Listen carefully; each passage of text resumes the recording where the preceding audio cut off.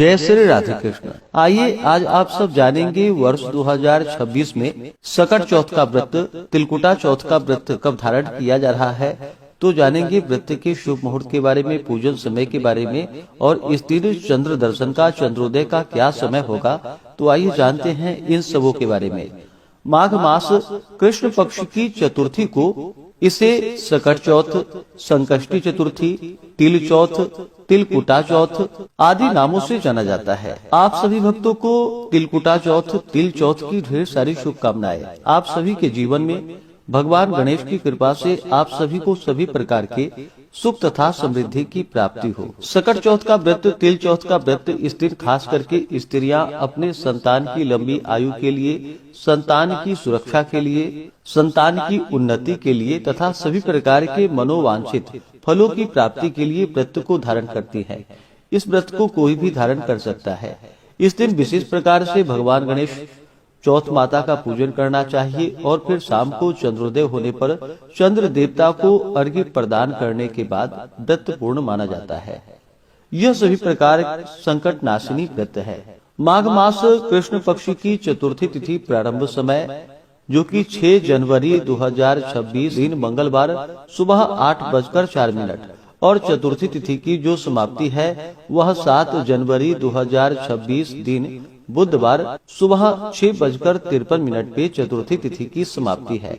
तो ऐसे में चंद्रोदय व्यापनी के अनुसार सकट चौथ का व्रत, तिल चौथ का व्रत जो कि इस बार 6 जनवरी 2026 दिन मंगलवार को पड़ा है। जब भी मंगलवार के दिन गणेश चतुर्थी का व्रत पड़ता है तो इसका और भी ज्यादा महत्व बढ़ जाता है और इसे अंगारकी चतुर्थी के नाम से भी जाना जाता है। तो इस बार 6 जनवरी मंगलवार के दिन सकट चौथ का व्रत पड़ रहा है जो कि यह अनंत गुना पुण्य फलदायी है। 6 जनवरी को ब्रह्म मुहूर्त का समय सुबह 5:24 से सुबह 6:19 तक होगा। सूर्योदय का समय सुबह 6:44, सूर्यास्त शाम 5:22 होगा।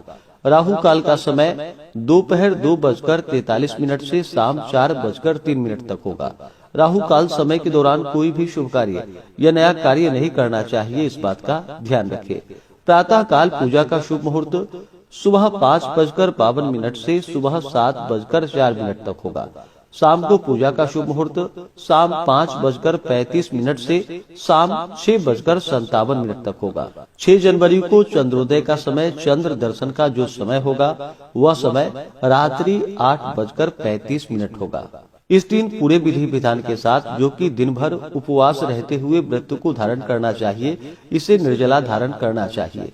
जो उपवास नहीं रह पाते हैं, जिनका स्वास्थ्य सही ना हो, तो आप एक समय फलाहार ग्रहण करके व्रत को धारण करें।